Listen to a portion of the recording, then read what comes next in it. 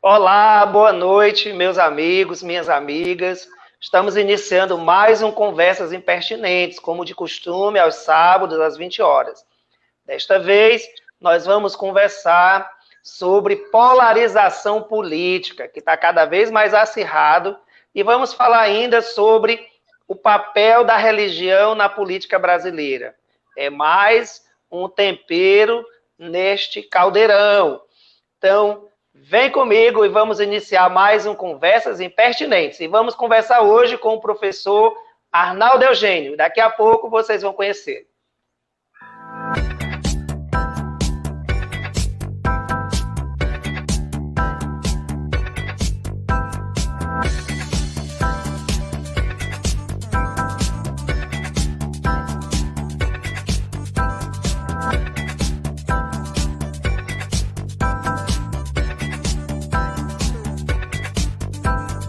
Vem comigo. Boa noite, professor. Tudo bem? Seja bem-vindo ao nosso Conversas Impertinentes.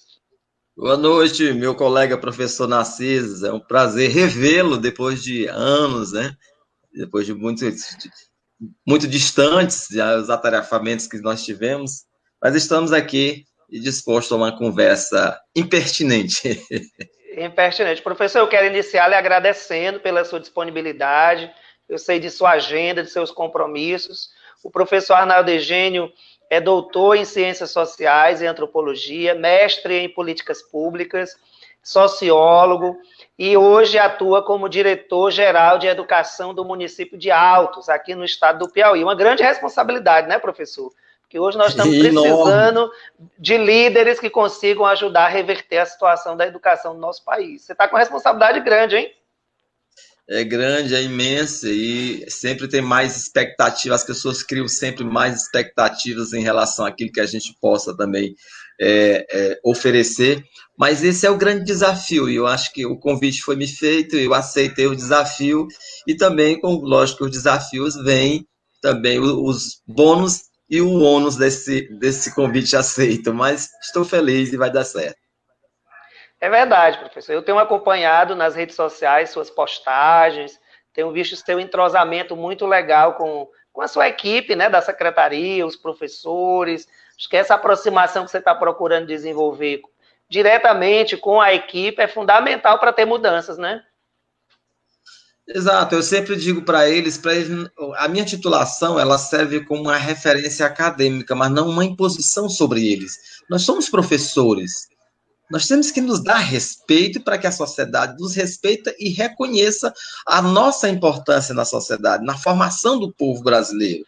Então, portanto, assim, a partir do momento que eu me dou respeito, e o professor, me lembrando, como dizia o Paulo Freire, aqui no livrinho que está aqui atrás, na Pedagogia da Autonomia, o professor ele tem autoridade, é o professor que estuda, é o professor que produz conhecimento.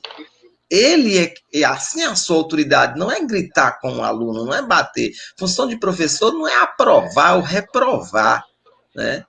É o conhecimento, é dialogar com os saberes. Tá? Então, assim, é mais importante para a gente entrar numa sala de aula e dizer, convencer os professores, os técnicos. Lá eu trato todos de uma forma respeitosa. Eu chamo todos de profissionais da educação, vigia, zelador, merendeiro, professor, diretor, coordenador, o secretário, a secretária, os coordenadores, supervisores, somos todos professores. Nós temos que pensar assim. E a sociedade depende da gente. Assim, você não vê, eu uso sempre uma referência para eles, assim, o médico nunca entra no hospital se o hospital não estiver limpo e não tiver banheiro limpo. Ele não entra no consultório. Por que nós temos que entrar numa sala de aula suja? Por que a gente não se dá respeito? Mas, para isso, a sociedade precisa compreender a nossa importância para ela. Por exemplo, num momento como esse, então, assim, o grande desafio do ensino remoto, reaprender muitas coisas, mas também é desafiante porque é um momento também de criar. Agora a criatividade ela está sendo exigida e nós precisamos, para criar, precisamos estudar, que é para estimular as ideias. Por isso que lá eu estou trabalhando sempre com ele, batendo na tecla, alguns até brincam. brinco quando me vê chegar na secretaria, lá vê um homem que só fala informação continuada. Claro. Não tem como não ter transformação sem formação. Já tá, até rima, né? Transformação mais formação. Exatamente. Esse é o caminho que com certeza ajuda a mudar a realidade brasileira. Mas, professor, o tema em que nós vamos aprofundar hoje, eu acho que também não tem como a gente escapar da questão também educacional, porque ela tem um impacto na capacidade crítica do cidadão, né, de olhar para a sociedade, olhar para a política, olhar para a cultura, olhar para a realidade do país e do mundo e tomar um posicionamento.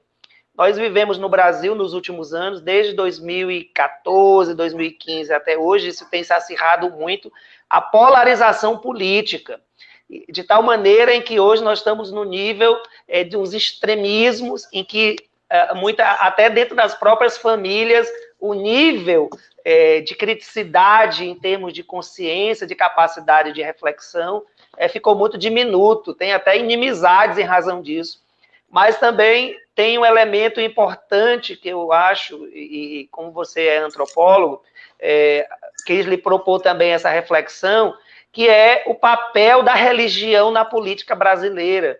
Eu vejo que dos últimos 20 anos para cá, principalmente com o crescimento dos evangélicos no Brasil, e até mesmo algumas outras tradições, como, por exemplo, de matrizes africanas, ou alguns grupos religiosos que foram mais segregados, estão tendo uma participação política mais ativa, e nós observamos isso com a eleição, por exemplo, de alguns representantes do poder legislativo, que têm trazido essa bandeira, por exemplo, do respeito, né, à tolerância religiosa.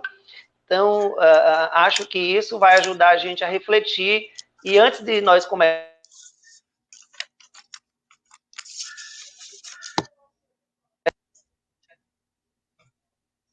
nos últimos 20 anos no Brasil. Então, nós vamos assistir agora um videozinho do deputado federal Paulo Gemini sobre os últimos 20 anos da política brasileira. Entre 2000 e 2020, o Brasil elegeu um ex-presidente corrupto para o cargo de senador e assistiu vários escândalos de corrupção. Será que alguma coisa mudou na nossa política nesses 20 anos? No início do ano 2000, o Brasil tinha superado o maior problema econômico que assolava o nosso país, a hiperinflação, graças ao Plano Real, que foi estabelecido em 1994.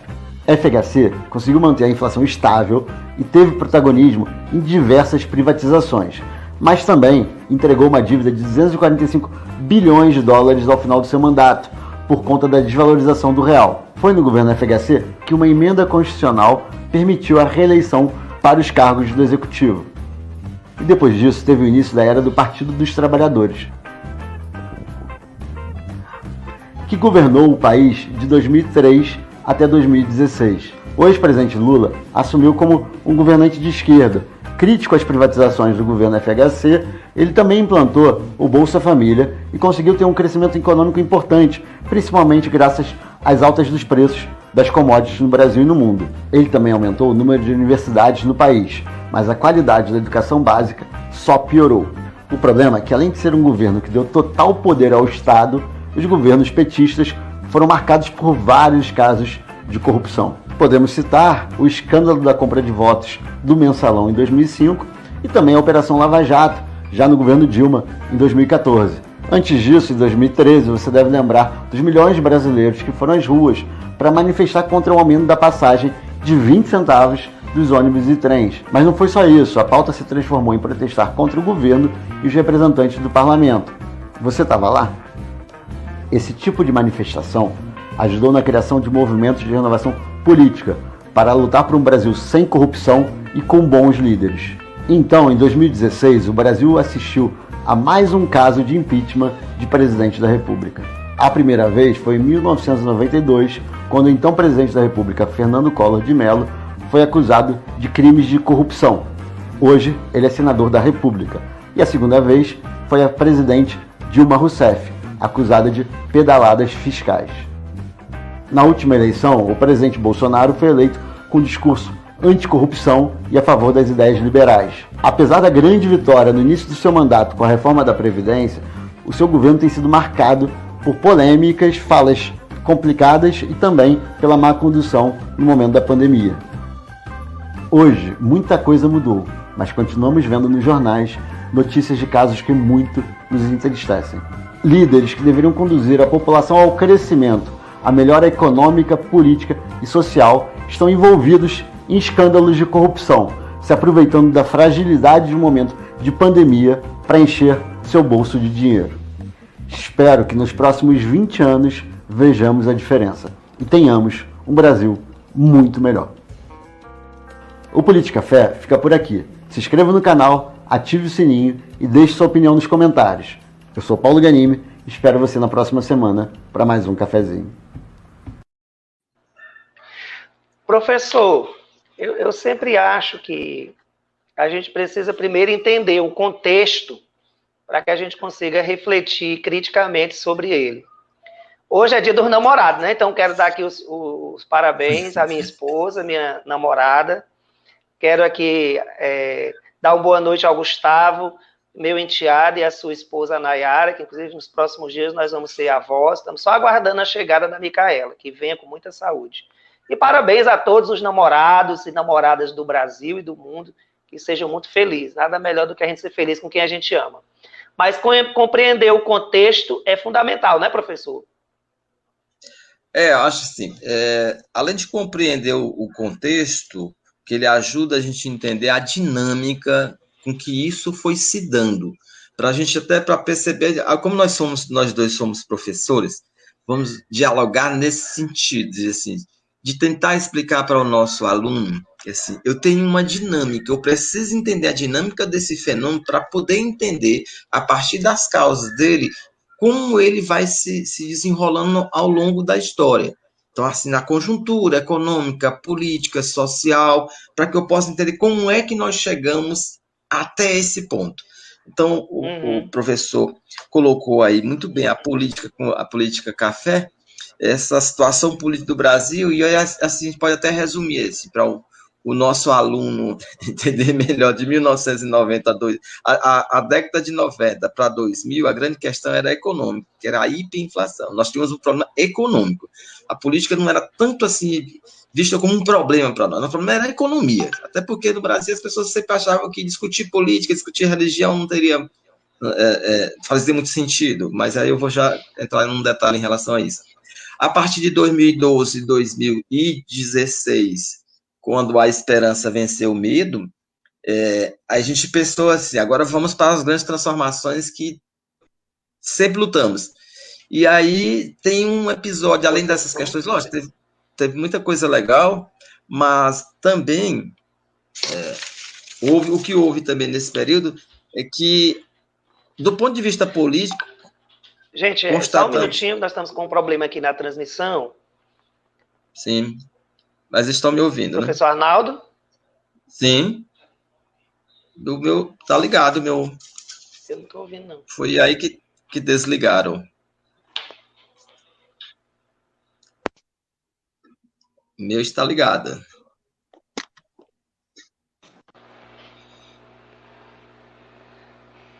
Não consegui ouvir nada.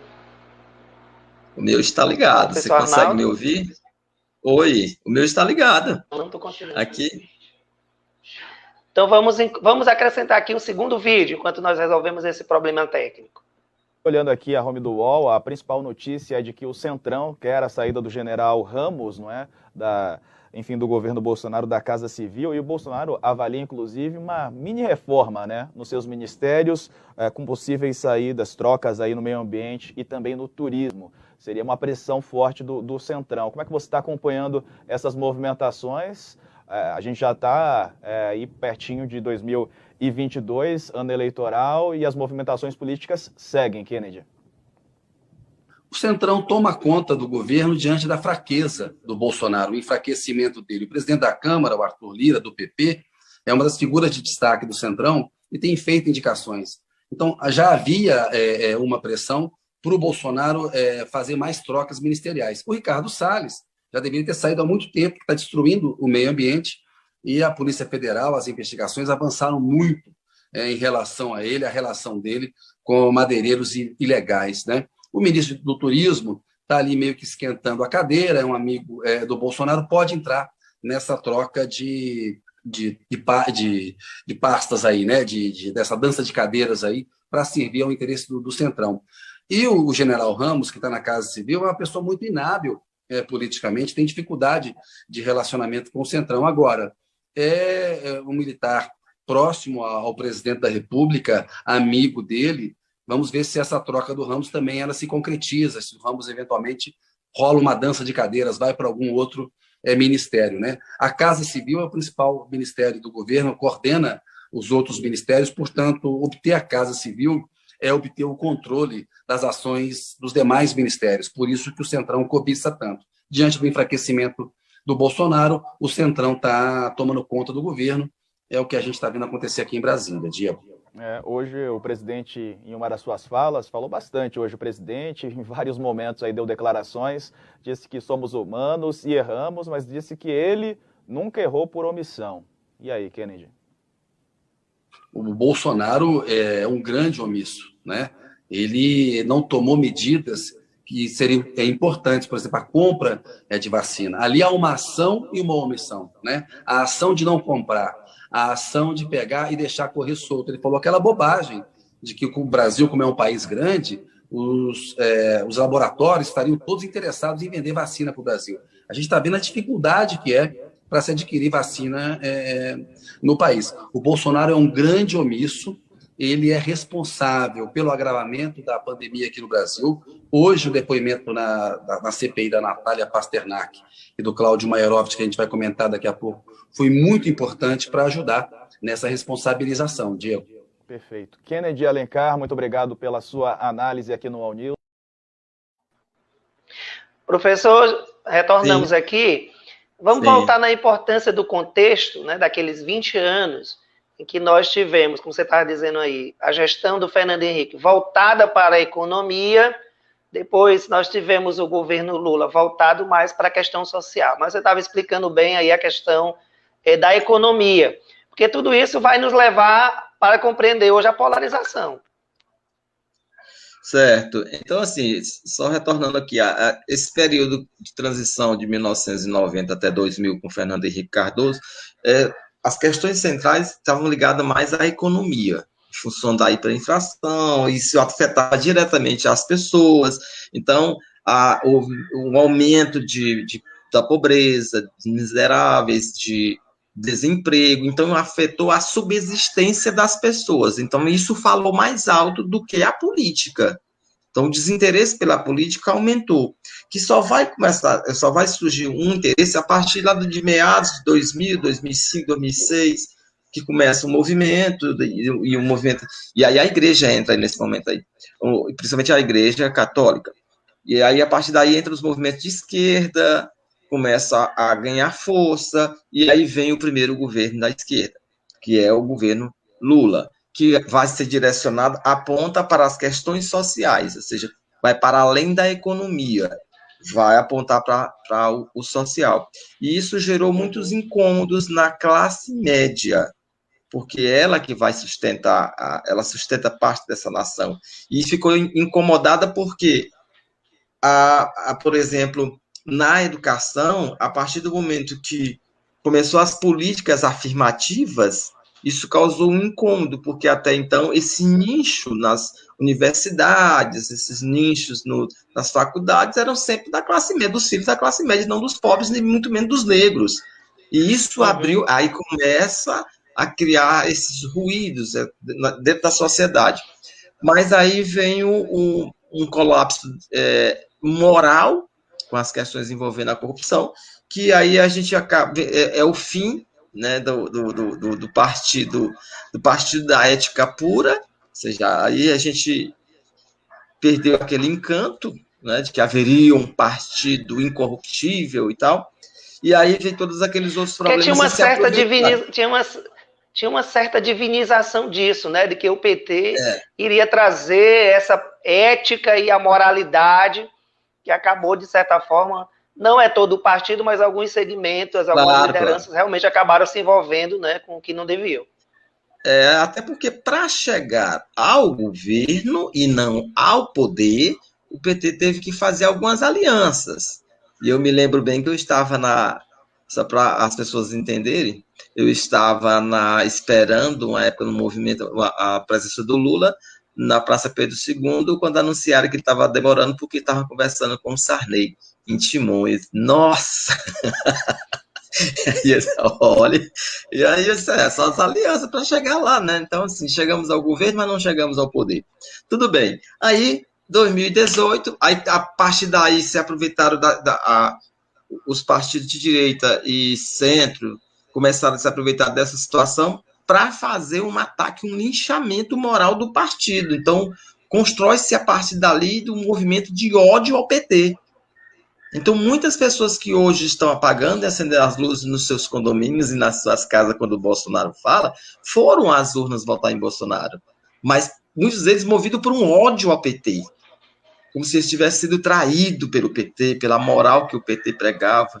Lógico, como a gente está sempre colocando, não são todos que se envolveram com algumas situações inapropriadas, vamos dizer assim.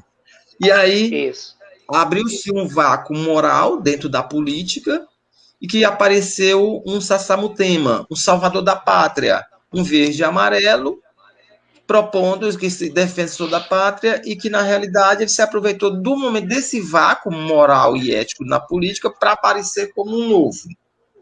E esse novo está nos custando muito caro, porque você tem um governo que veio com a falsa política liberal, que ele não sabe nem o que é, porque por trás dele era o Paulo Guedes. E aí depois um governo que não tinha um projeto de Estado. Ele nunca apresentou um projeto de Estado. Talvez nem saiba também a dimensão disso. Ou seja, se eu me lembrar aqui do Príncipe de Maquiavel, que se me lembrar aqui para os meus alunos lerem depois, ele vai dizer claramente, ou seja, eu estou diante de um governo que não tem virtude. Ora, um governo que não tem um príncipe que não tem virtude é um governo fraco. Nem que ele não queira, ele é fraco, porque ele precisaria ser. Para que eu possa ter o Estado, a estabilidade do Estado, é necessário que tanto a virtude do príncipe quanto a virtude do povo andem juntas. No caso do Brasil, elas não estão andando juntas. Portanto, o Estado brasileiro não vai alcançar essa estabilidade tão facilmente. E, principalmente da posição em que o atual governo se coloca, não vamos conseguir. Eu só queria assim, alertar aos colegas e aos internautas de onde eu estou falando, quais são as premissas que eu vou usar, para depois me cobrarem só a partir disso. Então, assim, que no Brasil, e aí até o título, né, tanto no Brasil quanto no mundo, eu parto da premissa de que política e religião se discute, sim, com conhecimento e respeito. E que os discursos espirituais que a gente vê hoje, eles ganham espaço no mundo da política, sim. Então, 2 exemplos bem típicos. Bolsonaro ligado aqui a uma classe dos evangélicos, Trump aos protestantes. Então, veja só, a religião sempre esteve e vai estar. Daqui a pouco eu coloco mais alguma coisa sobre isso. E a terceira premissa de que o acirramento político no Brasil é uma estratégia para promover uma convulsão social e dividir a sociedade politicamente. Essa é uma estratégia. Esse acirramento, provocar uma convulsão na sociedade, até para justificar depois o uso da força. E aí, por trás disso, se faz uma convulsão, cria-se uma cortina de fumaça, e aí, por outro lado, faz uma proposta de volta, o voto não mais o voto eletrônico, mas votar, olha só, é um processo que é praticamente, não existe involução na antropologia, não fala de involução. O Bolsonaro quer tentar fazer isso. A verdade é a evolução, né? Exato.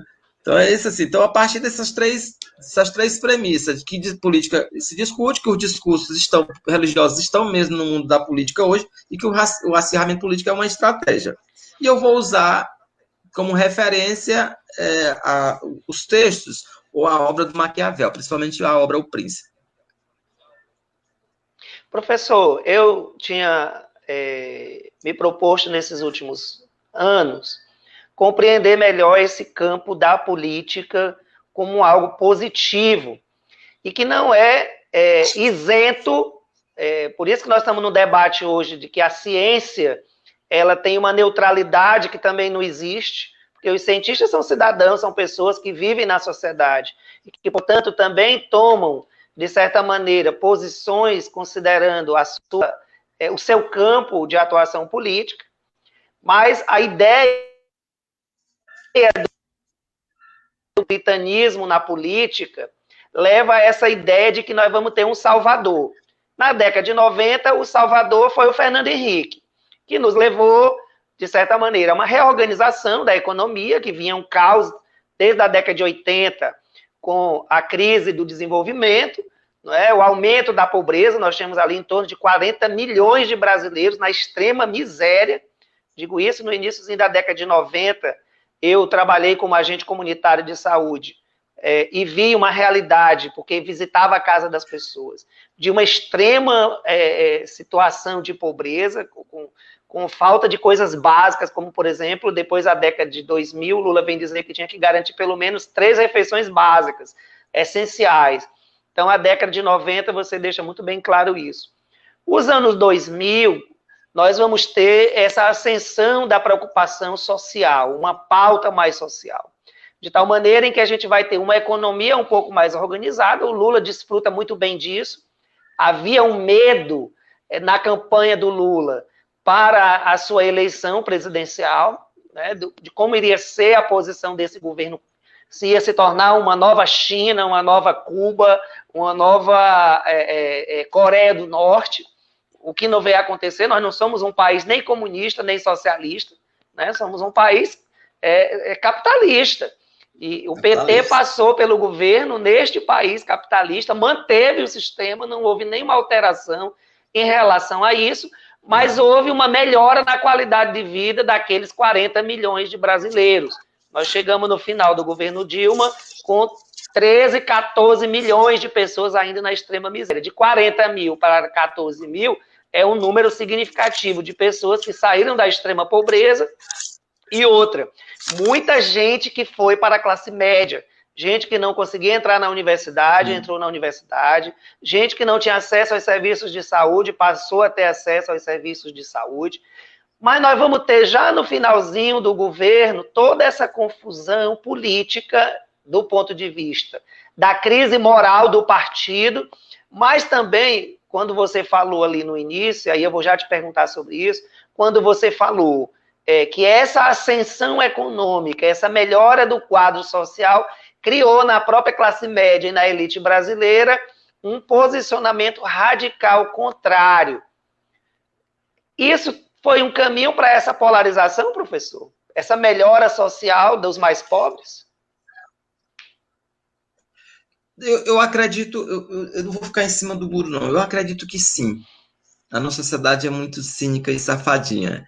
Eu acredito que sim, porque a partir do momento que existia, assim, um conformismo com a existência, a naturalização da pobreza no Brasil era tamanha que as pessoas achavam que mexer nisso aí não fazia o menor sentido, era só dar cesta básica, dar litro de leite, pronto, mas ir para a universidade, ocupar espaços que já estavam previamente selecionados para os filhos da classe média, isso causou um certo conflito entre as classes. E até mesmo aqueles que eram pobres e ascenderam para a classe média, começaram a olhar para os pobres, de onde saíram, com outros olhos. Achar que eles também não teriam condições. Aí se fortaleceu, se aproveitaram desse momento, aí a política se aproveitou desse momento para construir um ódio ao PT. Um ódio ao PT seria trazer algo novo, mas não um novo no sentido de dizer algo inédito. Bolsonaro está aí há mais de 30 anos no Congresso, ele nunca mudou, não. Não tem nada de novo aí, muito pelo contrário. Ele vem de uma parte do Congresso, daquilo do mais baixo, dos mais baixos dos cleros. Então, assim, não tem nada de novo aí. Ele foi usado como uma figura que talvez até muitos apostaram nele, se arrependeram, porque pensavam, não, vamos usar ele como uma marionete para ocupar esse espaço, mas nós vamos comandar. Na realidade, aí ele, diante ao experimentar do poder, E aí a gente tem umas frases muito interessantes no Nordeste, um dito popular, quem nunca comeu melado quando come se lambuza. E aí ele, ao chegar ao poder, viu aquilo ali e disse, não vou entregar isso para ninguém, eu agora vou mandar e desmandar, eu vou fazer o que eu quiser. Até que no começo do governo você começa a olhar ele falando, tem certeza que esse rapaz está falando, é o presidente que está falando, é um presidente, nenhuma postura de estatista ele tinha, e nem a preocupação com isso ele teve, então ele assim, ele como se ele estivesse governando do quintal de casa. Só que hoje não é bem assim, hoje a situação é outra. Então, a partir de 2018, aí se aproveita, constrói essa figura, o ódio ao PT, a ideia de um novo, a ideia da ordem, porque a nossa formação, a formação do povo brasileiro sempre foi calcada na violência, na força, na repressão. Então, a gente sempre quer na ordem e no progresso. Essas duas palavrinhas do discurso positivista, né, da ordem e do progresso. Então, a gente que vem do exército, então alguém que vai pôr a ordem, é incorruptível e assim por diante, então esses discursos que a gente já ouviu aí. E, de repente, a gente começa a descobrir que nós temos uma figura que se apresenta como um fascista. De repente, a gente, como pode... E aí, aquela classe média que levou ele até lá, começou a sentir o peso. E amanhã, a segunda-feira, ela vai sentir mais um pouquinho, porque a classe média usa muito o gás de cozinha. Ele vai subir 3% na segunda-feira. Pela quinta vez. Só assim. Exatamente. Olha que coisa. É impraticável. Nós estamos com a gasolina aqui em Teresina a R$6 o litro de gasolina. É impraticável, né? Para os trabalhadores, por exemplo, hoje, em situações precárias de vínculos trabalhistas, como os entregadores de serviços e produtos, que, além de ganhar um percentual sobre a entrega, ainda tem que, deste percentual, garantir o combustível para o transporte. Por exemplo, como os motoristas de aplicativos, o pessoal de moto. É inviável. Eu tenho visto nesses últimos dias este questionamento desses profissionais, né? Exatamente. E aí, essa precarização do trabalho, ela tem, por trás dela tem um discurso neoliberal de que assim abriremos mais vagas, assim as pessoas serão livres, mais liberdade para as pessoas fazerem o que quiserem, porém sem as condições materiais e as condições para que essas pessoas possam entrar numa disputa no mercado capitalista. Elas não têm condição, e até porque com esse custo, o dono do transporte ainda vai ter que arcar com a manutenção do seu transporte. Ou seja, eu só quero a mais-valia, eu só quero o lucro, né? Não quero saber do restante. Então, eu vou alugar 20 carros, eu só quero saber do lucro, paga a tua parte, tu te vira. O teu carro é contigo. Eu não tenho mais uma frota, eu não preciso, né? É um exemplo. Verdade. E também o fim de algumas profissões, ou seja, está já em processo, já desde o início da bilhetagem eletrônica, o fim da profissão de cobrador. E as pessoas que trabalharam durante 20 anos, 15 anos só como cobrador, o que nós vamos fazer para essas pessoas? O que vamos dizer a ela? Não, agora... É um grande desafio, né? Então, assim, a gente tem que estar pensando, tem coisas tão importantes para a gente estar pensando que o atual governo nos fez mergulhar numa crise muito profunda, porque a gente está perdendo o bonde da história com ele. Nós estamos perdendo muita coisa, nós estamos tendo um processo de desconstrução, de conquistas históricas, de pessoas que deram até a vida para algumas conquistas de direitos, sejam eles sociais, civis, políticos, e hoje estão sendo rasgados, sem a menor importância com a história do país.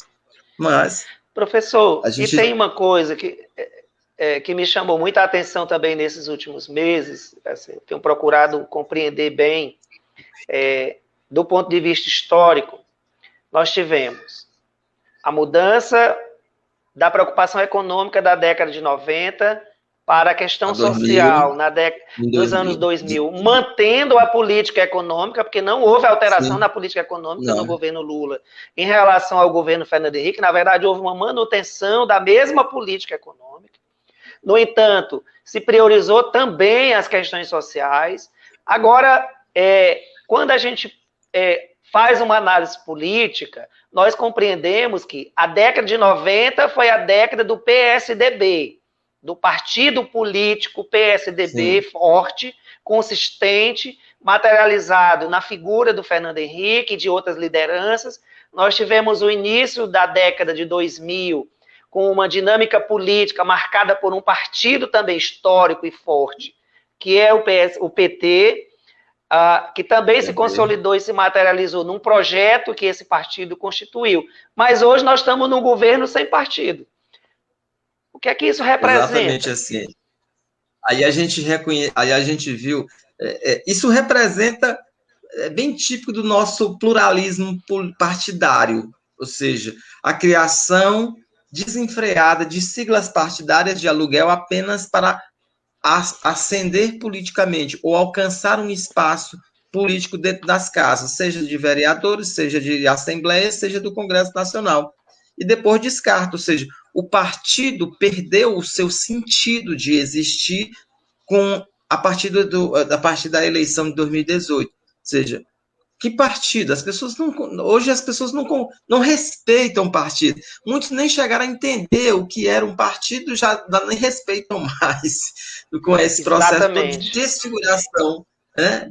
Tem pessoas que não chegaram nem a entender o conceito de partido e já não acreditam no partido, sem mesmo conhecê-lo. Os partidos são importantes dentro do mundo da política e dentro da sociedade, mas eles precisam também, não precisam uma quantidade exagerada como tem no Brasil, cuja a função de muitos deles é meramente apoiar, ou servir de apoio para outros partidos ou para algumas pessoas, uma legenda de aluguel e mais nada. Infelizmente, alguns partidos chegaram a esse ponto. Então, eu acredito que esse é um dos aspectos. Você viu bem aí a posição do Exército em relação ao ex-ministro da Saúde, Pazuello, de que ele não esteve num ato político porque o presidente não tem partido político. Eu estava lendo, eu escrevi até um artigo dizendo assim, o Exército foi enquadrado, ele se permitiu ser enquadrado. E aí agora, e eu sou filho de policial militar e tio de policiais militares, eu até brincava com meus sobrinhos, pode desobedecer às regras. Olha, se o general não foi punido, por que eu vou punir um soldado? Aí depois meu sobrinho, não vou dizer de onde ele é, mas um soldado eles punem. Com certeza, isso aí você nem se preocupa. Então, assim, as baixas patentes continuaram sendo punidas. É tão pífio. Ainda.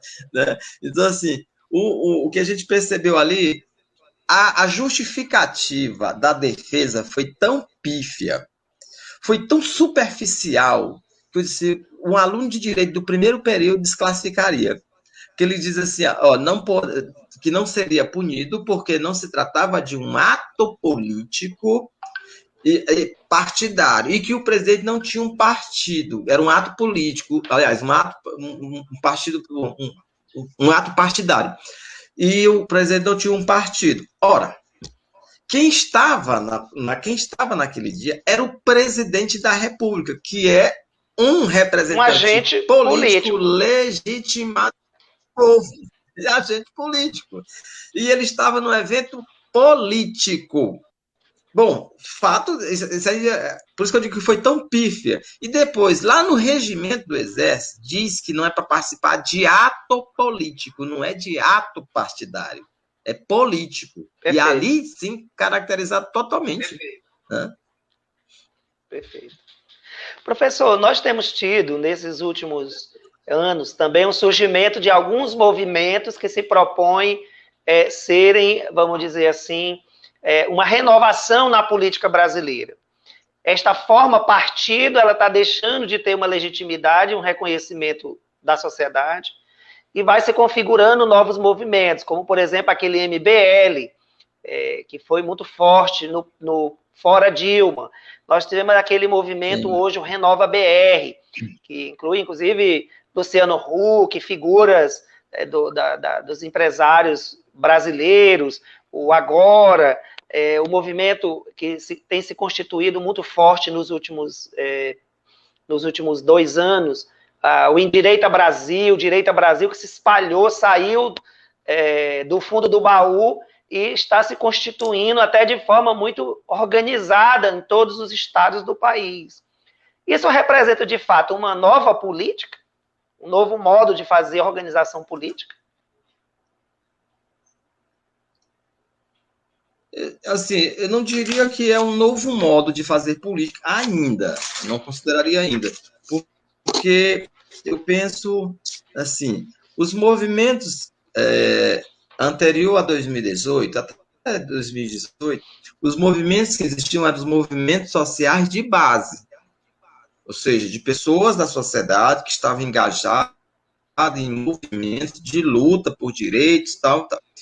Esses movimentos atuais são movimentos sociais instrumentalizados, porque por trás deles existem financiadores que tentam instrumentalizar isso para um fim político. Uhum. E até eleger pessoas para fazer isso. E aí entra também pessoas ligadas às igrejas. E aí muitos, porque eu estive dentro de uma igreja evangélica quando eu vi, eu estava lá. Quando eu vi que foi anunciado o nome de uma pessoa e ela apareceu na frente. Ou seja, o altar transformado em palanque. Em nome de Deus.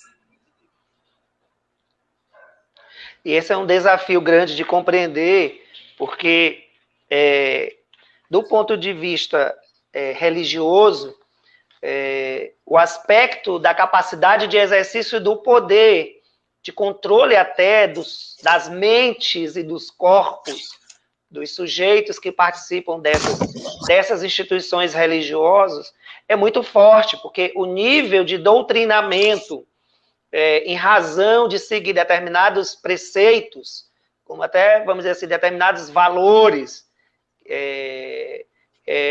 contribuem muito, ao meu ver, para essa polarização política. Eu penso assim, ó, quando eu falo que a fundação e a estabilidade do Estado depende da virtude, não apenas do princípio, assim, não apenas do governante, mas também do povo. Ou seja, então as pessoas são mais fáceis, é mais fácil você obedecer às leis dos mandamentos do que às leis dos homens. Porque há um temor do castigo divino. E contra os homens, eu posso até me vingar do governante, nas urnas, por exemplo. Mas eu não posso me vingar de Deus. Então, assim, e aí por isso que eu preciso, a política sempre ela vai estar permeando, a religião vai estar sempre permeando a política. E aí o príncipe, o governo, o prefeito, o governador, o prefeito, eles têm que ter essa habilidade, essa virtude de saber lidar com essa dupla função que tem a religião, de coesão e de persuasão, que parece ser contradição, mas não é contradição nisso, não. Mas não é contradição, ela tem essa força interna e, ao mesmo tempo, externa. Não é contradição. Na verdade, isso mostra mais um aspecto da religião, de como é a força que ela tem. Porque ela tem uma coesão interna e uma persuasão, uma coesão externa e uma persuasão interna. Então, ali, esses dois eles andam juntos. Então, o que importa na religião não é a essência da religião e a sua função, a importância para a vida coletiva. É isso que ela tem importância. Não é as doutrinas, os dogmas, não. É a função dela na vida, né? A importância na vida coletiva. A religião ela ensina a reconhecer e a respeitar as regras políticas a partir do mandamento religioso. Deus disse e eu vou obedecer. Não roubarás, não matarás, tá? As pessoas fazem, porque o temor a Deus. Essa norma coletiva pode assumir tanto o aspecto coercitivo, exterior, da disciplina militar, ou da autoridade política, quanto ao caráter persuasivo interior da educação moral e cívica para a produção de um consenso coletivo. Olha como ela é forte, né? Então, assim, às vezes, muito forte. A religião não se discute, sim, porque ela faz parte, ela é uma dimensão da sociedade. todos nós temos. Inclusive, quando eu digo, hoje já existe um grupo muito grande, inclusive foi um amigo meu que estudou no doutorado à época, que eu estava fazendo junto com ele, o Frei Leandro, que estudou os sem religião. Ou seja, um pároco, um padre de formação, um filósofo, foi fazer um doutorado para estudar os sem religião. E eu achei isso fantástico do ponto de vista... Que nem sempre são ateus, né? Exato, ele não está vinculado a uma instituição religiosa. Que era exatamente isso que ele queria colocar, exatamente um dos aspectos era esse para mostrar às pessoas, do ponto de vista científico, que ser sem religião não quer dizer que eu não tenha fé, não tenha crença, não tenha um Deus. Eu não tenho uma igreja, uma religião, eu não preciso. Mas eu tenho fé, eu tenho crença. Eu tenho meus atos de bondade, eu tenho minha convivência, a empatia na sociedade, a reciprocidade, a solidariedade, são valores humanos. E esses valores foram desenvolvidos dentro das religiões. Né? É isso que a gente precisa ver. Agora, o que está acontecendo é que esses novos movimentos estão sendo as pessoas estão sendo instrumentalizadas, né? Para quê? Para que outros, como se fosse um pavimento, para que outros atravessem de uma margem para outra, ou seja, saia da sociedade para o mundo da política, nos ombros dessas figuras, né? Diferentemente que quando a gente estava nos movimentos sociais, a gente queria era a conquista de direito para todos. E não para só um grupo, só para o meu grupo. Não era o meu grupo, eram todos, toda a sociedade. Professor, nós vamos assistir mais um vídeo, depois a gente vai voltar a um pouquinho aquele anterior, que tratava sobre o crescimento do centrão, porque na polarização, por exemplo, os budistas, que têm uma tradição religiosa tão linda, propõem o que eles chamam de o caminho do meio. É uma corrente muito interessante do pensamento e da filosofia budista. Mas vamos entender aqui um pouquinho como é que está a ideologia extremista no Brasil. Vamos assistir aqui um pequeno vídeo. Em pouco mais de 2 anos, a ideologia extremista do bolsonarismo tornou-se uma espécie de seita suicida. É isso que marca com muita clareza a motociata que foi organizada nesse sábado na cidade de São Paulo pelo presidente Jair Bolsonaro. Nesse sentido, Bolsonaro se compara com alguns dos principais líderes de seitas suicidas, considerando aí figuras como Charles Manson, como Bhagwan Osho, como Jim Jones, como Dominique Kataribabo, como David Koresh, por exemplo. Todas essas figuras possuem 3 coisas fundamentalmente em comum com o presidente brasileiro. A primeira é a total falta de contato com a realidade para basear suas tomadas de decisões e exercer a sua liderança. A segunda é uma espécie de aura messiânica que impede e impedia, no caso dessas outras figuras, os seus séquitos de questioná-los com base no uso da razão. A terceira é uma espécie de ímpeto assassino que estava presente em todas essas figuras e está presente no presidente brasileiro para fazer a manutenção das suas hegemonias e dos seus governos ou das suas influências de forma mais ampla. Alguns exemplos. Charles Manson era obcecado pela música Helter Skelter, por exemplo, dos Beatles. E, com base nessa obra, acreditava que deveriam ser travada uma guerra cultural, racial, no caso do Charles Manson. O Olavo de Carvalho, de muitas maneiras, que é talvez o principal ideólogo do bolsonarismo, com frequência avança uma proposta que ele auto-intitula de antiglobalista e que pretende combater o que ele chama de marxismo cultural e de comunismo, por exemplo. Todos esses outros líderes citados também avançam parâmetros relacionados à religião. Assim como faz Bolsonaro, por exemplo, nessa ocasião, conduzindo a motociata, que não por acaso se chama Acelera para Cristo. Nesse sentido, as eleições de 2022, as próximas eleições presidenciais, representam, caso o Bolsonaro não sofra o impeachment por conta dos crimes que cometeu ao longo da pandemia, representará a última opção de impedir esse séquito de lunáticos que hoje governam o Brasil. Uau. Veja um posicionamento muito forte, né? E representa, né? E eu tenho Pode falar, certo. E eu tenho a impertinência de concordar com ele. De perceber que hoje nós temos não é um líder de um país, mas parece mais de uma seita. Até que há uma diferença entre igreja, religião e seita. São 3 conceitos diferentes. Eu tenho hoje uma sociedade de lei, é uma sociedade sem lei para alguns e leis rigorosa para outros. Ou seja, eu tenho um culto personalístico àquela figura, ao presidente, autoritário, avesso ao diálogo, que trabalha com a idiotização, a auto-idiotização e a idiotização do povo, e promove a barbárie. Ora, esse governo, se não for freado agora, ou pela CPI, ou por um impeachment, só restará a nós uma única saída, as urnas.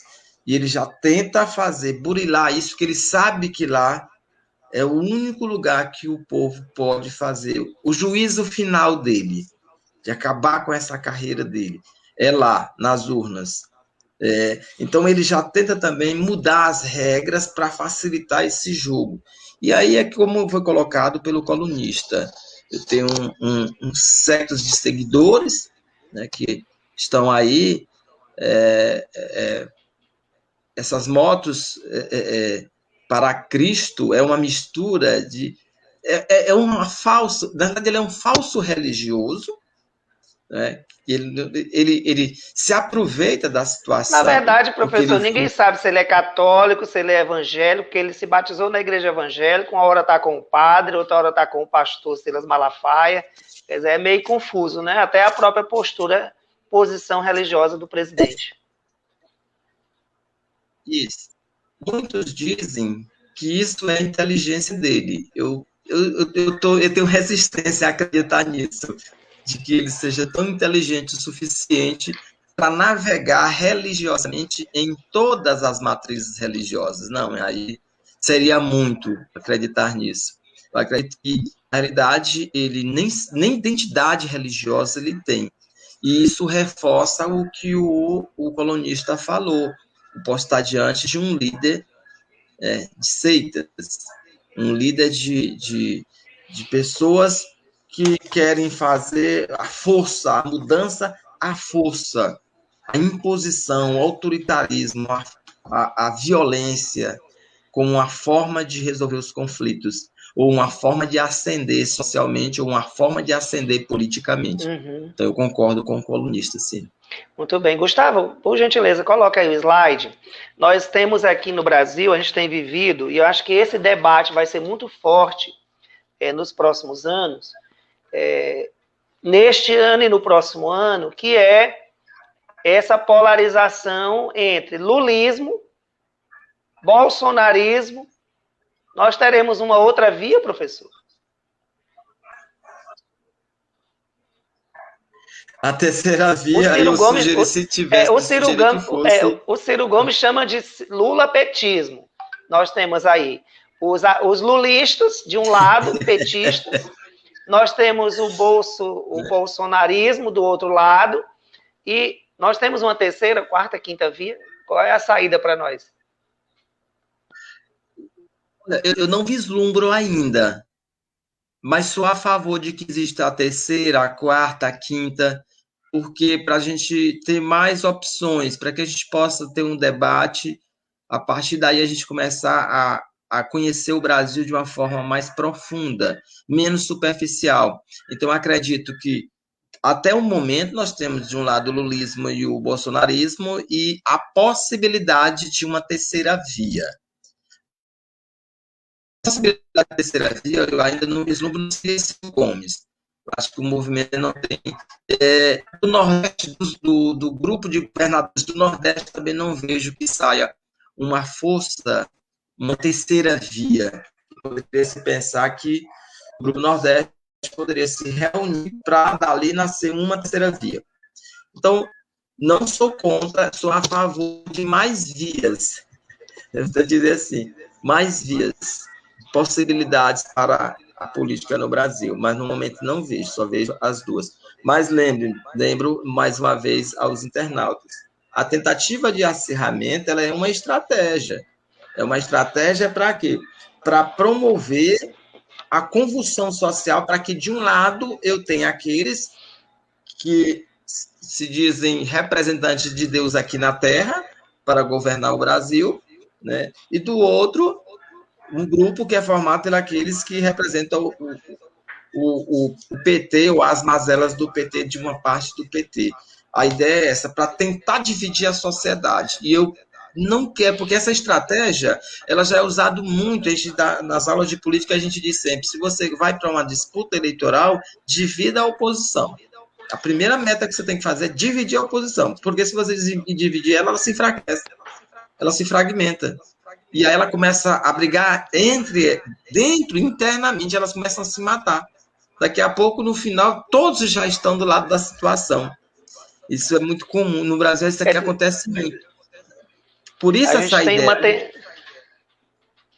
A gente tem uma tendência no Brasil, principalmente das lideranças políticas, lideranças empresariais, sempre tendem para o lado que tem o poder, né? Poder político, poder econômico. Então, acaba que essa força se torna muito, muito poderosa. Fazer uma mudança de cenários de fato, elevar o nível de criticidade da população para compreender os meandros desse discurso e dessas imagens que nos são colocadas diariamente pela mídia. Então, nós vamos assistir agora, professor, mais um videozinho, é o último da nossa Conversas Impertinentes de hoje, que vai trazer um pouco mais presente o papel da religião nessa polarização política. Porque enquanto muitas pessoas gritam crise pelo mundo, eu tenho fé para gritar Cristo para o nosso país, para o nosso Brasil. Porque o nosso Deus não é Deus para ficar brincando. Dentro da minha concepção cristã, a mulher, sim, no casamento, ela é submissa ao homem, e isso é uma questão de fé. Pelos fundamentos do cristianismo. Em nome de Deus. A Deus. De Deus, grande arquiteto do universo. Deus. Deus acima de todo. O Bispo Macedo teve a direção de nós, então, evangelizarmos as tribos.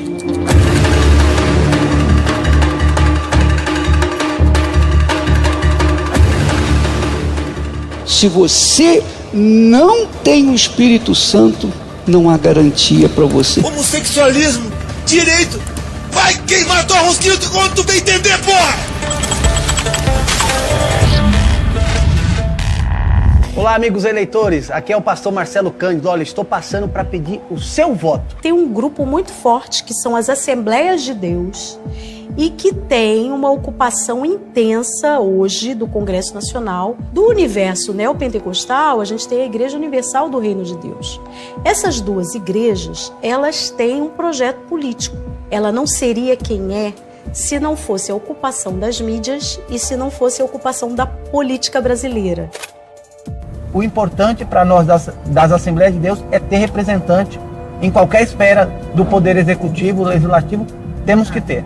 E o Estado laico, ele acaba abrangindo para que todos fazem do jeito que eles querem. E não pode ser assim, a gente temos que ter uma firmeza. Estamos em um princípio e em um propósito. Levar a Bíblia para onde ele for, ele tem que levar. Sou eu que conheço os planos que tenho para vocês, nação brasileira, diz o Senhor. Que a nação elegeu para si um rei, e esse rei que tomou conta da nação era exatamente o que eles queriam. O que manda é a Bíblia, e quem estiver fora dela, a Bíblia condena ou absolve, é a Bíblia. O Estado laico não é a ausência de religião, mas pelo contrário, né? É um Estado laico onde eu respeito, eu garanto o direito de todas as manifestações religiosas que eu tenho no país. Aqueles que se incomodam com o nosso crescimento vão continuar se incomodando, porque nós vamos nos organizar e, para aqueles que acham que a gente já é demais, tem uma triste notícia, nós ainda estamos subrepresentados e precisamos melhorar ainda mais. Quando a gente fala sobre a influência da religião na política, acho que a gente tem que tomar o cuidado de pensar que a religião não é um problema na vida pública. A questão é o uso que determinados atores sociais fazem da religião para se colocarem e confrontarem determinados direitos e ampliação de garantias de direitos na sociedade. A família é constituída de homem e de mulher.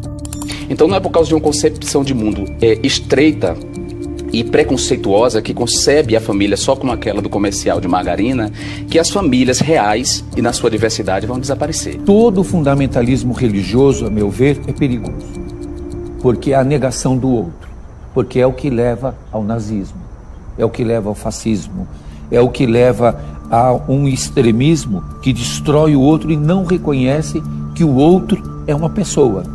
Quando você abraça uma determinada religião que tem por dogma, por exemplo, que a homossexualidade é um pecado, é inerente ao direito da religião dessa pessoa acreditar nisso e verbalizar isso. Você pode se manifestar sobre ela e nem por isso ser homofóbico, transfóbico, misógino, racista. Você pode ter uma opinião. E eu até queria, como cristão, como católico, dizia que o que eu mais tenho que fazer nessa roda é pedir perdão para os índios e para os povos originários, que em nome do cristianismo mataram os povos originários, mataram os índios. Os conquistadores passavam a espada na cabeça e os frades iam batizando a cabeça antes de cair no chão. Então, é uma religião que não era imperial. O império se tornou cristão. E os cristãos se tornaram imperiais e destruíram os povos originários. Precisamos atualizar nossas mentes. Política se discute, religião se respeita. Amém. Axé. Que vídeo maravilhoso, não é, professor? O Nunes, com certeza. O Nunes Oliveira compartilhou aqui na nossa Facebook, dizendo o seguinte, professor: a ética e a moral não são produtos da religião, mas a religião é apenas mais um meio que fomenta uma ética e uma moral, ou deveria, seguindo uma doutrina estabelecida. Então, aqui agradecer a participação do Nunes. O Gustavo diz o seguinte: o problema é que as pessoas pensam que a política é só feita por políticos profissionais em partidos. Embora a gente entenda que o partido ele representa na sociedade um projeto de sociedade. Hoje se tenta desqualificar os partidos com esse tipo de projeto. Quando, por exemplo, você tem o presidente da República há quase já 3 anos de mandato sem um partido político, ou seja, sem um projeto político que dê sustentabilidade a este governo. Embora, professor, aí assim, só reforçando, o papel do Centrão, que foi aquele vídeo que a gente passou, mas nós não tratamos dele. O Centrão tem tido, em todos os governos, um papel de grande influência. Desde o governo Fernando Henrique, garantiu a aprovação da reeleição. No governo Lula, garantiu, de certa maneira, a governabilidade. E aí teve mensalão, teve petrolão, teve um monte de coisa. O governo Bolsonaro, na campanha eleitoral, se propõe a não se aliar com esse tipo de fisiologismo político.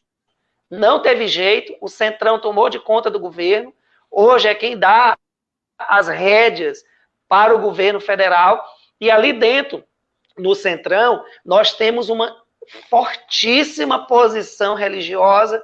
Por isso eu quero mostrar aqui o slide, apresentando alguns itens para a gente conversar, que é, primeiro, nós temos nas últimas décadas no Brasil o crescimento dos evangélicos, e eles têm sim uma estratégia política, de influência política. O crescimento na Igreja Católica no Brasil, da ala conservadora, com um posicionamento muito próximo do neopentecostalismo. Nós temos uma emergência, embora pequena, mas tem uma expressão política, vamos dizer assim, muito grande pela presença de políticos de religiões de matrizes africanas, principalmente em partidos de tradição mais progressista, como o PSOL, o PCdoB, dentro do próprio Partido dos Trabalhadores. nós temos um arrefecimento dos católicos progressistas, inclusive na participação política. A Igreja Católica não incentiva muito, por exemplo, a participação de padres ou religiosas na vida, no cenário político.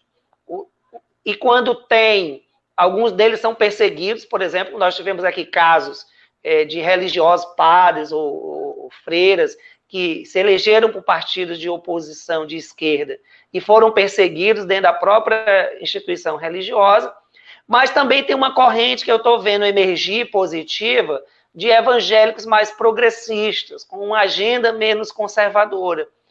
Em que medida esse contexto, professor, ele contribui para a gente perceber a possibilidade, e aí aqui é isso que eu quero lhe perguntar como um pesquisador, não seria a hora de nós colocarmos na agenda um debate nacional sobre o que é realmente que significa um Estado laico, sem estar ligado meramente no viés da religião enquanto instituição? Sim, concordo contigo. Acho que a gente precisa, nós brasileiros, entender a laicização do Estado brasileiro. O que é que significa isso? Então, assim, é muito comum você ouvir as pessoas falarem o Estado é laico, mas é como aquela ideia de que foi colocado naquela roda aí do vídeo, que o Estado é laico não quer dizer um Estado que não tenha religiões.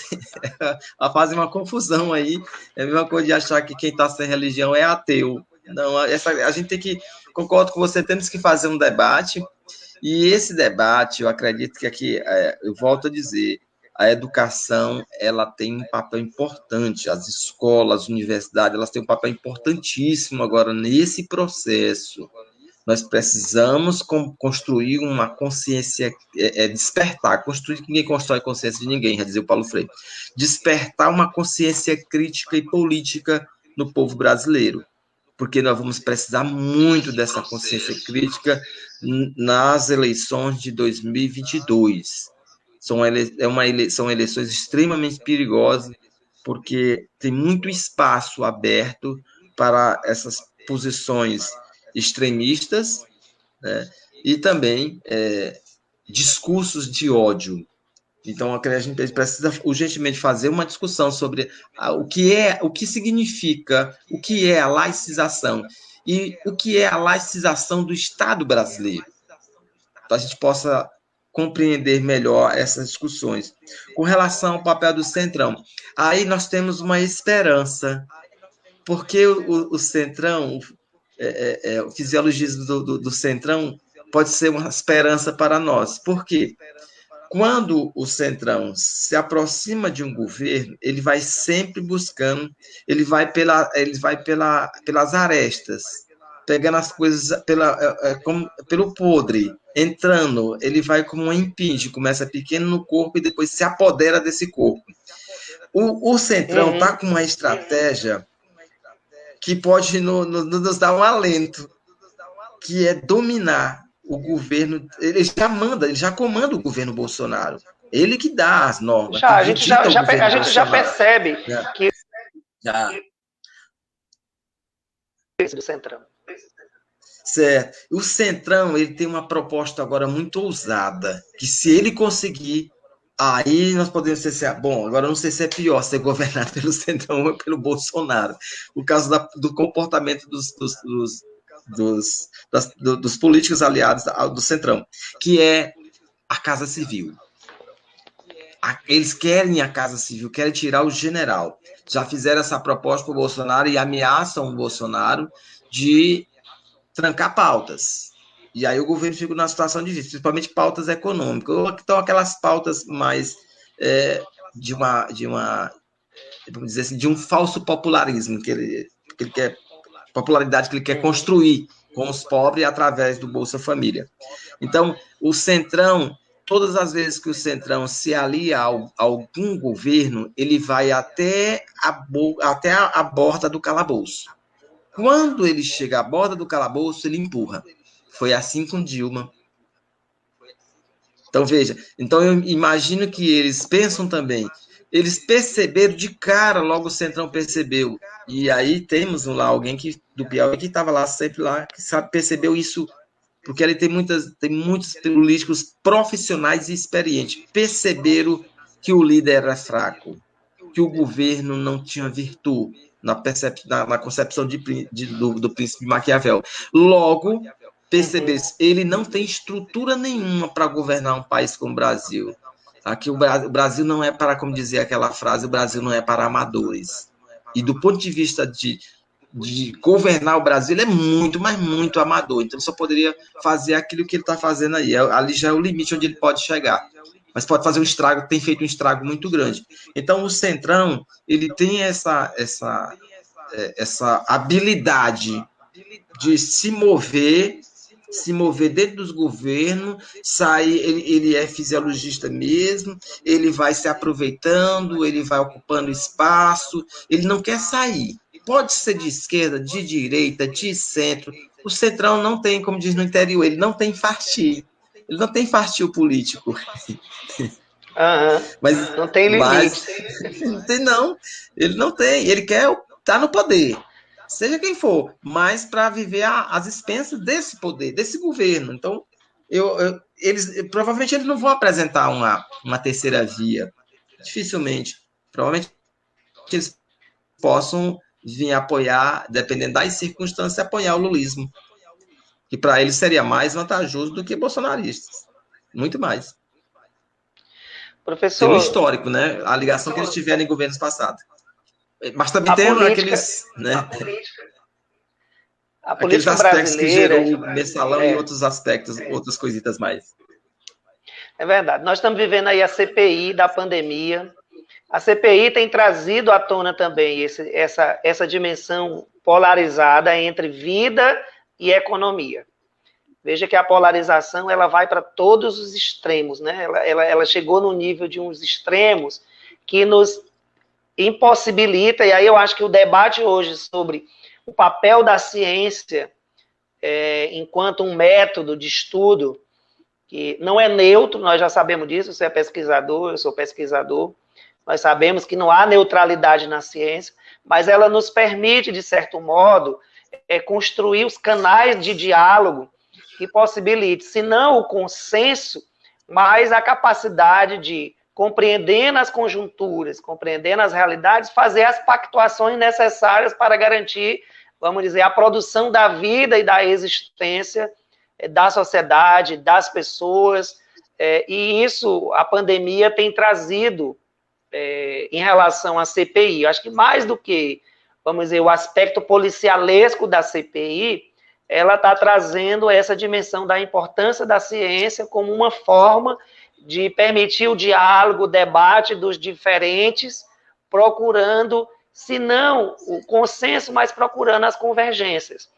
Então, eu queria que você pudesse fazer assim, as suas considerações, e quero já lhe agradecer por essa oportunidade. Você trouxe muitas luzes importantes para a gente compreender que a polarização ela tem algumas alternativas para que a gente consiga ir reduzindo o nível de tensionamento. Eu acho, possibilitar o aprofundamento da ciência como um canal de mediação dessas diversas compreensões da sociedade.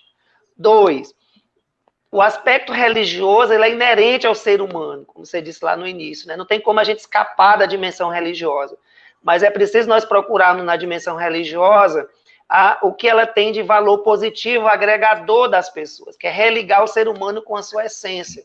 Não com a face moral da bondade, aquela bondade que acaba sendo manipuladora, mas de acessar o desejo, por exemplo, de uma vida mais ética, que é mais do que moral, né? Aqui estou discutindo, falando do ponto de vista filosófico. E a outra dimensão é a dimensão do Estado laico. Não é um Estado em que as pessoas não têm religião. Não, mas é um Estado em que o governo ele age em função de atender o que está prescrito lá na Constituição da República, que também é uma Constituição política, de projetos societários. Então, quero te agradecer e, ao mesmo tempo, ouvir tua opinião sobre isso, para que a gente já vá nos encerramentos aqui da nossa live de hoje.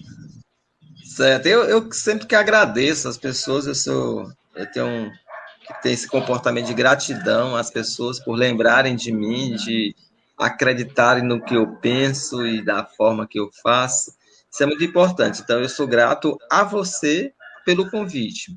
E sou grato também aos internautas, e aqui vários comentários, alguns aqui que eu vi são até colegas de trabalho lá de Altos.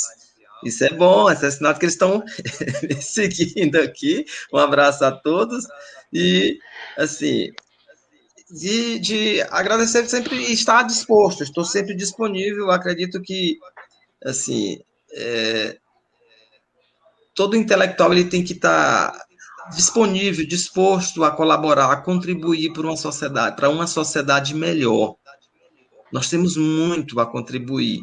E as nossas experiências, elas podem ajudar bastante em momentos difíceis. E a ciência é um caminho, não é o caminho, ela é um caminho. E agora, com a pandemia, ela voltou à força que ela tinha antes. Mesmo com todo esse plano sórdido, negacionista do governo, a ciência está mostrando a ele a força que ela tem. A força do convencimento, a força de mostrar que os estudos eles têm, sim, uma responsabilidade ética e moral com a sociedade, coisa que o governo não teve, agora com as ações com relação ao Covid-19, as vacinas e tal. Então, nesse momento também, a ciência tem que mostrar para a sociedade, principalmente, a importância que ela tem, para que a gente possa ter mais apoio, para que a sociedade possa confiar mais, que a sociedade não se deixe levar por falsos discursos de conhecimentos superficiais sobre a realidade. Então, acho que nesse momento nós precisamos nos aproximar mais da sociedade, conversar mais, nos apresentar mais. Por isso que eu aceitei vir aqui no Dia dos Namorados, tá aqui discutindo nesse horário, porque eu acho que a gente tem que contribuir, a gente tem que participar, a gente tem que ocupar espaço, a gente não pode deixar que a sociedade seja inflamada, seja insultada, seja estimulada a essa visão maniqueísta do sim, do não, do certo, do errado, do feio, do bonito. Não, nós vivemos num mundo complexo, como me lembrando aquele do Edgar Morin, pensamento complexo.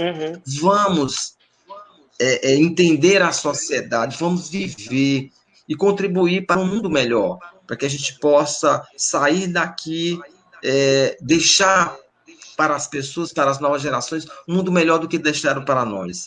É uma nossa responsabilidade ética. E é lógico que essa questão da política, da religião na política, como eu já disse, ela está no Brasil desde o começo, é histórico isso aí. E nós não vamos nos desvencilhar da religião na política tão cedo. Isso é uma utopia pensar nisso. A questão é a gente não misturar, como alguns estão fazendo, alguns parlamentares perversamente, de coisas do tipo que pediram para me evangelizar as tribos, também que a gente nem, assim, se a gente for falar em tribalismo, né, eles têm um discurso deles, falam tribo, eles falam de raça, eles falam dessas coisas, quando nós estamos falando de etnias, nós estamos falando de povos, né, é outra coisa, a ciência está no outro nível. E aí eles misturam muito a moral religiosa com a moral da política, que são duas coisas diferentes. Então, você vê ali o discurso, Deus, a Bíblia está aqui dentro do Congresso. Assim, ali uma apologia vazia, uma coisa que não faz sentido ali, uma porra louquice no palanque. Então, o que ocorre hoje, e aí é o que eu vejo o perigo. O perigo, as pessoas estão fragilizadas emocionalmente, nós estamos passando uma situação muito difícil. Então, quanto maior é o nosso nível de desespero, mais essas pessoas vão se aproveitar para instrumentalizar a religião para fins de poder político. Esse é o perigo de aparecer como um salvador da pátria, porque está ligado a uma religião. Lá também tem corruptos, lá está cheio de pedófilos. Lá também está cheio de pessoas, do ponto de vista moral, com a ficha suja. Então, não é assim, não é bem assim. Não é o fato de eu participar de uma religião ou de uma igreja que eu estou apto a ocupar um espaço na Câmara Municipal, na Assembleia ou na Câmara de Vereadores. E uma outra coisa que foi colocada, é bom que os internautas fiquem atentos, porque é uma discussão que vem muito esse negócio da liberdade de expressão. Cuidado em ter opinião e desrespeitar o outro. O fato de você pensar diferente de mim é salutar, é ótimo. a diversidade, a diferença, as discussões, é salutar. Em prol de um mundo melhor, é salutar. Agora, a falta de empatia, porque quando você diz que ter opinião, expressar se você é racista, diga que você é racista. Ora, mas isso é falta de empatia ao outro. Uhum. É isso. Como é que isso não é ter opinião? Isso é uma agressão ao outro. A gente tem que saber separar as coisas, porque às vezes as pessoas se aproveitam de falas e aí se colocam num pedestal, porque eu tenho formação em direito, eu tenho formação em sociologia, antropologia, eu sou médico. As pessoas tendem a acreditar que pelo fato dela ter que ser exercer aquela profissão, ela tem legitimidade intelectual para dizer aquilo ali. Uma barbaridade dessa, de que ter opinião, todo mundo tem que ter e expressar. Se você é racista, diga. Se você é homofóbico, diga, eu não gosto de gay, matem os gays. Não! Isso você está escondendo uma outra coisa que você não quer dizer, que é a sua falta de empatia com o outro. O fato de eu não concordar com o que o Narciso pensa, diz e faz, não me dá o direito de usar da minha liberdade de expressão para destruir ou fazer um linchamento moral do Narciso. Isso não justifica. Eu tenho que respeitá-lo, mesmo não concordando com as suas opiniões, ou com o seu modo de ser, de viver, de ver o mundo.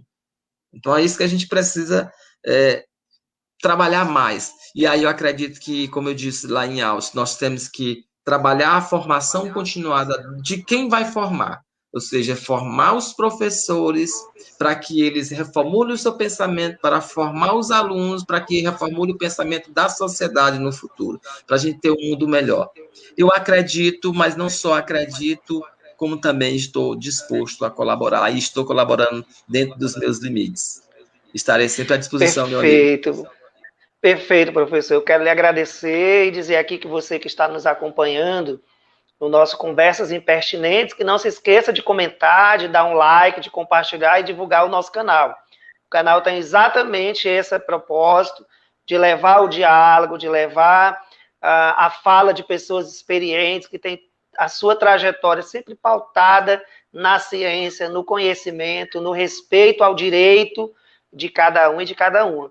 Eu acho, professor, que o grande desafio está nos próximos anos é de nós termos a capacidade de respeitar aquele que pensa diferente, aquele que tem uma proposta de sociedade diferente, e sabemos ter a capacidade de negociar sem fazer aquelas jocosas negociações feitas por debaixo do pano.